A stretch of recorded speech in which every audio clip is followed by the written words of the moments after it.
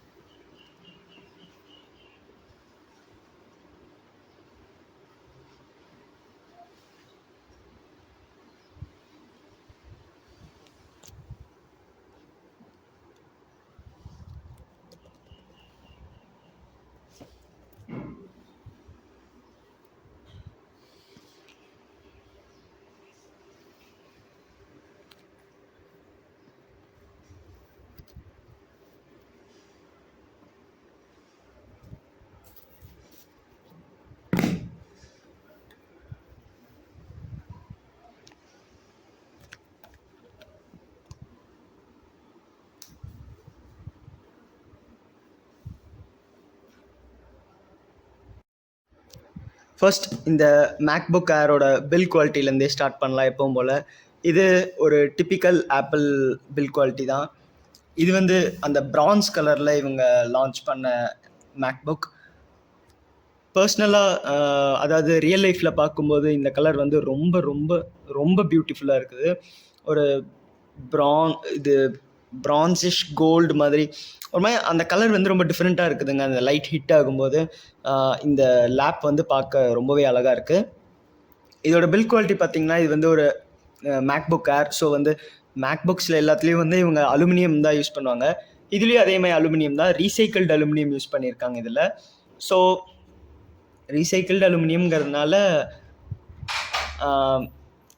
என்விரான்மெண்ட்டுக்கு எந்த பாதிப்பும் ஆகாது அது இதுன்னு அவங்க சொல்கிறாங்க.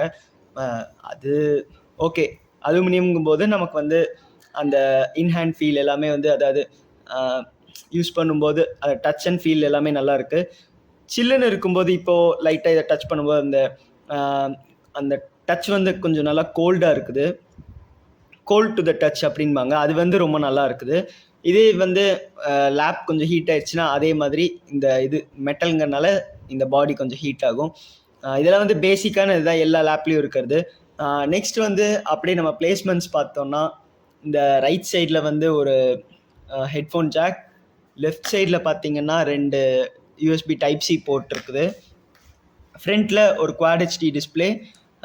கீபோர்ட் வந்து இது ஒரு QWERTY கீபோர்ட், ஆனால் வந்து சிசர் ஸ்விட்ச் மெக்கானிசமில்.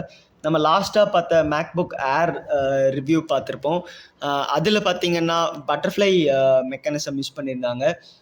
அதை விட இதோட டைப்பிங் எக்ஸ்பீரியன்ஸ் வந்து எப்போ நான் அந்த வீடியோலையும் அதான் சொல்லியிருந்தேன். பட்டர்ஃப்ளை மெக்கானிசமோட சிசர் ஸ்விட்ச் மெக்கானிசம் வந்து ரொம்பவே சூப்பராக தான் இருக்குது. டைப்பிங் நீங்கள் என்ன டைப் பண்ணாலும் இதில் இந்த டைப்பிங் எக்ஸ்பீரியன்ஸ் ரொம்ப நல்லா இருக்குது. கீபோர்ட் பார்த்தீங்கன்னா இது ஒரு பேக்லிட் கீபோர்டு.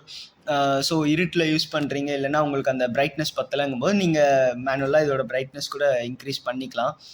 இந்த கீபோர்டோட பிரைட்னஸ், டிஸ்பிளேவும் நல்லாவே பிரைட்டாக தான் போகுது. இன்டோர்ஸில் நீங்கள் யூஸ் பண்ணும்போது உங்களுக்கு ஏற்ற மாதிரி பிரைட்னஸ் வந்து நீங்கள் கஸ்டமைஸ் பண்ணி நல்லா பிரைட்டாக யூஸ் பண்ணிக்கலாம். இந்த மேக்கோட இது நான் உங்களுக்கு காட்டுறேன். இதோட ஸ்பெசிஃபிகேஷன் இப்போ பார்த்தீங்கன்னா மேக்ஓஎஸ் மான்ட்ரேல ரன் ஆகுது. மேக்புக் ஏர் M1 2020 போட்டிருக்காங்க பார்த்தீங்கன்னா. சிப் வந்து ஆப்பிள் M1. இதோட ரேம் வந்து 8 GB, 256 GB ராம் இருக்குது. இதோட ப்ராசஸர் பார்த்தீங்கன்னா M1 ப்ராசஸர். இதில் வந்து 8 core CPU 7 core GPU variant இது. நீங்கள் பேசிக்காக வாங்கும்போது இப்படி தான் கிடைக்கும். நீங்கள் வந்து ரேம் இன்க்ரீஸ் பண்ணீங்க 16 ஜிபின்னு போகும்போது உங்களுக்கு வந்து 8 கோர் GPU கிடைக்கும். ஏன்னா வந்து இதில் நீங்கள் யோசிப்பீங்க ரேமுக்கு இதுக்கும் என்ன சம்மந்தம் அப்படிங்கும்போது, ஏன்னா ரேம் வந்து இதில் ப்ராசஸரோட இன்பில்ட்டாக இருக்குது, தனியாக அவங்க கொடுக்கல. ஸோ கஸ்டமைஸ் பண்ணுறது நீங்கள் கழட்டி கஸ்டமைஸ் பண்ண முடியாது. அது ஒரு சின்ன இது. இப்போ வந்து இதோட சார்ஜிங் சுச்சுவேஷன் பார்க்கும்போது டைப் சியில் தான் நீங்கள் சார்ஜ் பண்ணணும். 30 வாட்ஸ் சார்ஜர் வந்து அவங்க பாக்ஸில் தந்துருந்தாங்க. அதுவும் வந்து type C to type C தான். சார்ஜிங் வந்து நமக்கு எந்த பிரச்சனையும் இல்லை, நல்லா ஸ்பீடாக சார்ஜ் ஆகிடுது. அதே மாதிரி பேட்டரி லைஃப் பார்த்தீங்கன்னா இப்போ மற்ற மேக்புக்ஸ்லாம் பார்க்கும்போது ஒரு 2 ஹவர்ஸ் 3 ஹவர்ஸுங்கிற மாதிரி இருக்குல்ல, அதை விட இது இன்னும் நல்லா பெட்டராகவே இதாகுது. ஸ்டாண்ட் பை டைம் எப்பவும் போல் ஆப்பிள் ப்ராடக்ட்ஸில் இருக்கிற மாதிரி ஒரு ரொம்ப சூப்பரான ஒரு ஸ்டாண்ட் பை டைம் தான் கொடுத்துருக்குறாங்க. நெக்ஸ்ட்டு நம்ம பர்ஃபார்மன்ஸ் பற்றி பார்க்கலாம். பர்ஃபார்மன்ஸுன்னு பார்க்கும்போது இந்த மேக்கால் பண்ண முடியாத விஷயமே இல்லைங்க.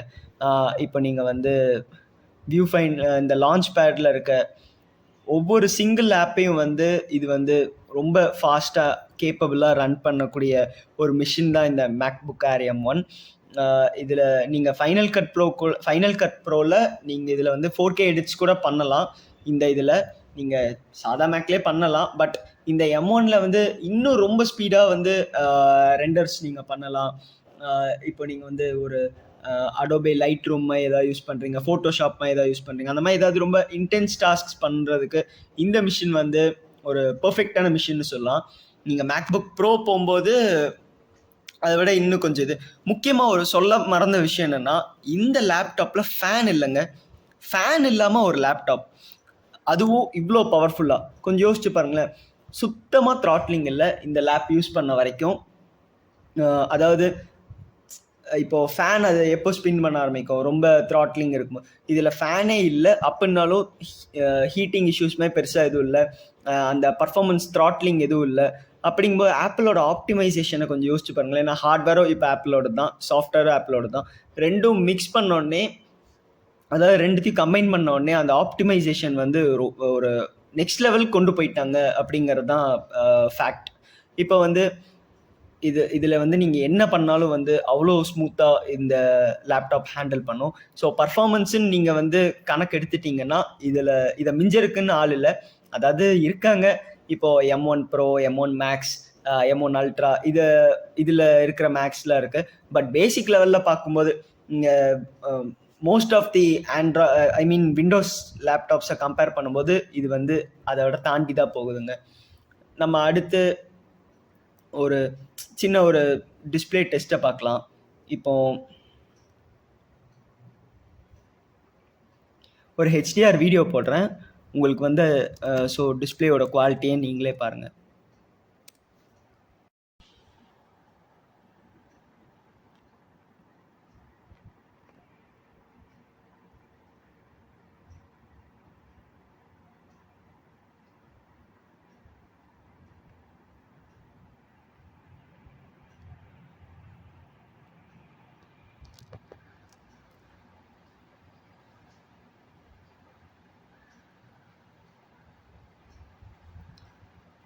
நீங்களே பார்த்துருப்பீங்க இந்த டிஸ்பிளே எவ்வளோ பியூட்டிஃபுல்லாக இருக்குதுன்னு பாருங்களேன்.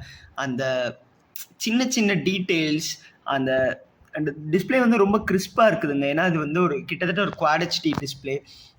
ஸோ அந்த பிக்சல்ஸ் வந்து நம்ம கண்ணுக்கு சுத்தமாக பிக்சல்ஸ் எதுவும் தெரியல. அந்த பிளாக்ஸ் ரொம்ப டீப்பாக இருக்குது. இத்தனைக்கு இது OLED பேனல் கூட இல்லை. பிளாக்ஸ் வந்து ஒரு OLED அளவுக்கு வரல, பட் ஒரு LCDக்கு ரொம்ப சூப்பரான பிளாக்ஸ், நல்ல கலர்ஸ், நல்ல சேச்சுரேஷன், எல்லாமே வந்து நல்லா பர்ஃபெக்டாக பண்ணியிருக்கிறாங்க டிஸ்பிளேல. ஸோ டிஸ்பிளே வந்து சுத்தமாக சான்ஸே இல்லைங்க, ரொம்ப சூப்பராக பண்ணியிருக்காங்க. இப்போது நம்ம வந்து அப்படியே ஒரு ஆடியோ டெஸ்ட் நம்ம பார்க்கலாம், இந்த லேப்டாப்பில் வந்து ஸ்பீக்கர்ஸ் எப்படி இருக்குங்கிறதுக்கு.